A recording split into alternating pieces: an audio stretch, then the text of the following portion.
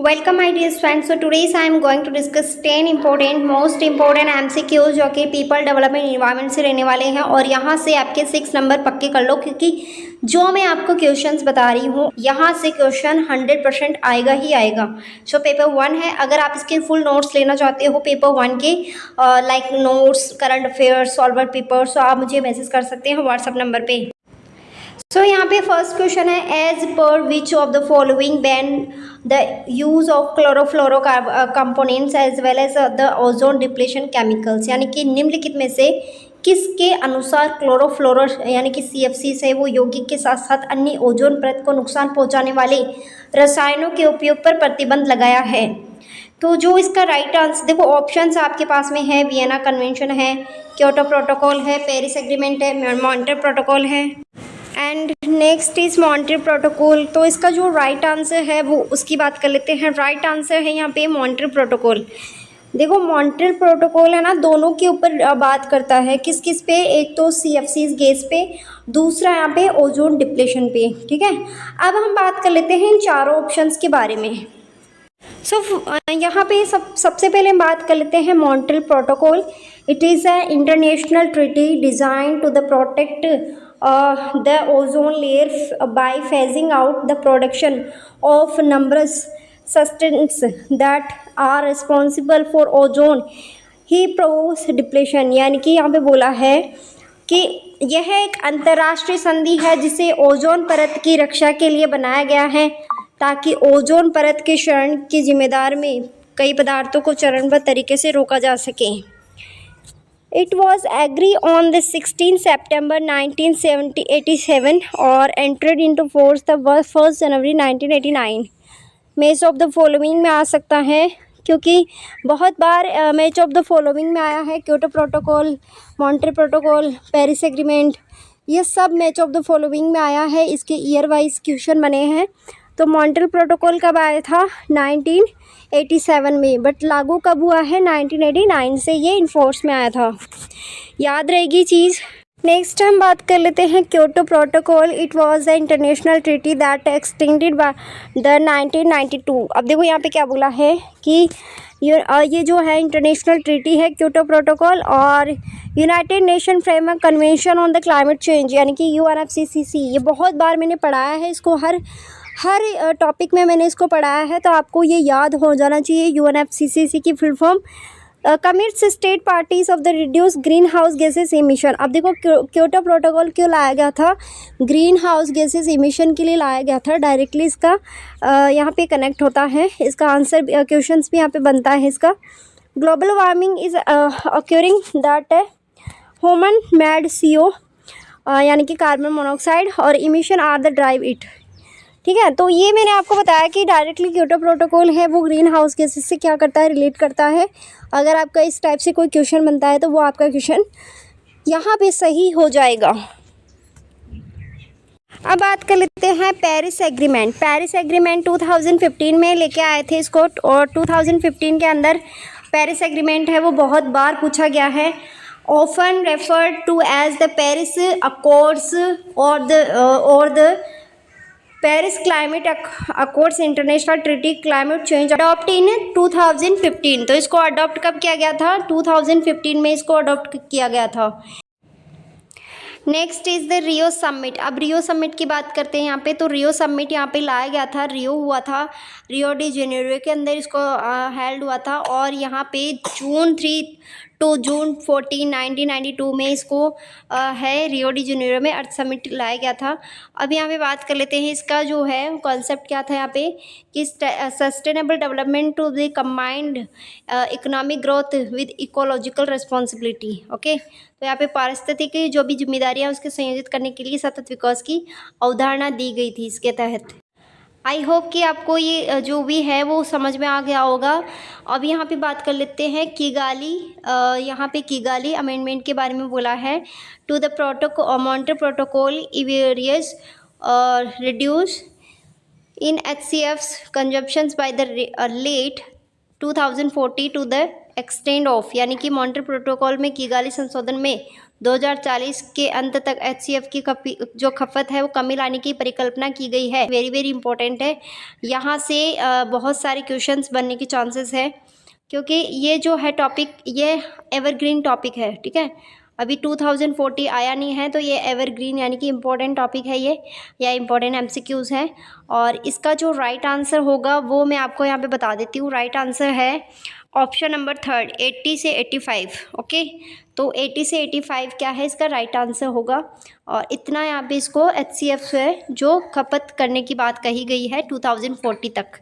I hope कि आपको clear है।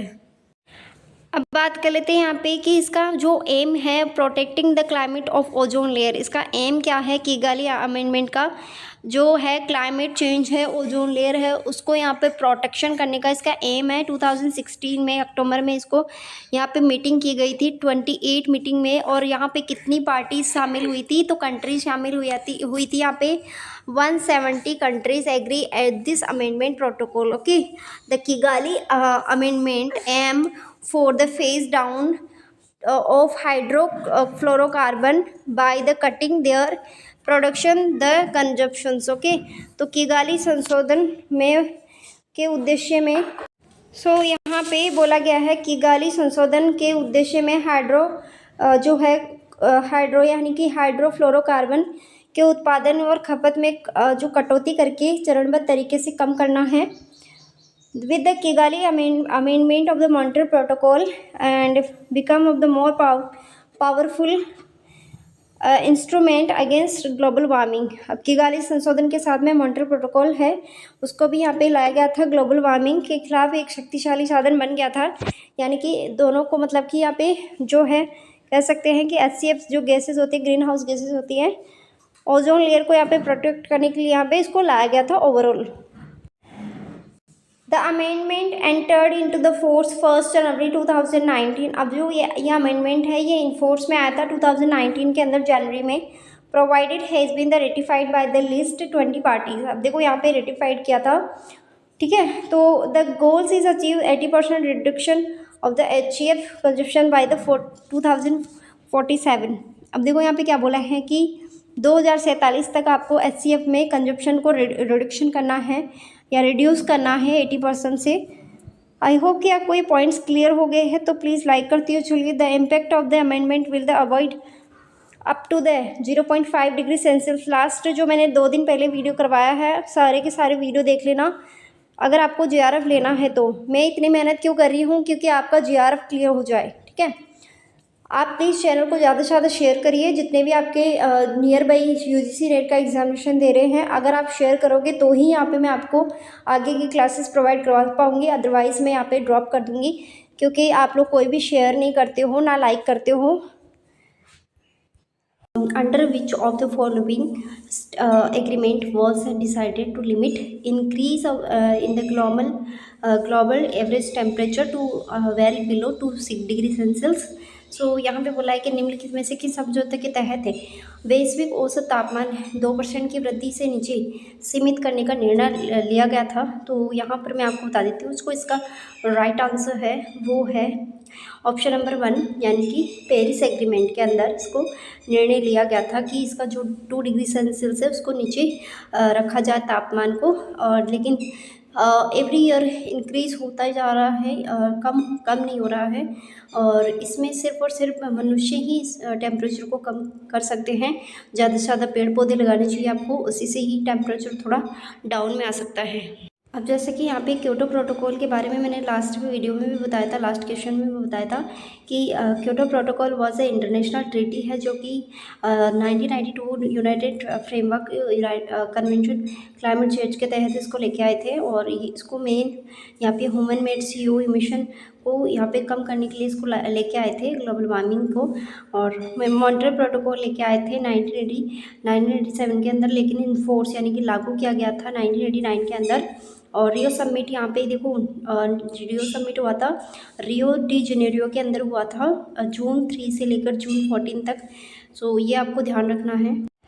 यहाँ पे बिग जो है वो यहाँ पे अनाउंसमेंट है कि यूजीसी नेट जेआरएफ की अगर आप तैयारी कर रहे हो, सेट एग्जामिनेशन देने वाले हो, तो टारगेट बेस आपको नोट्स लेने की ज़रूरत है।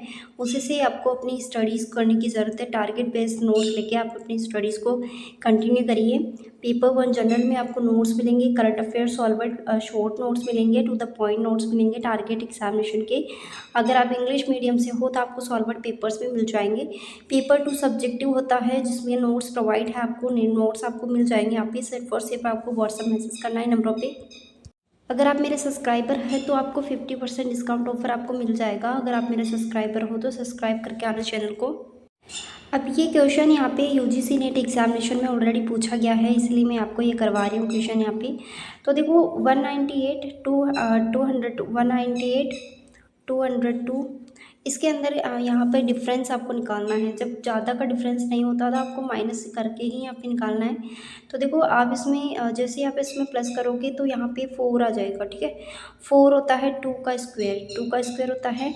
अब आपको नेक्स्ट यहाँ पे देखना है जो 2,202 है उसमें 211 कैसे आ रहा है।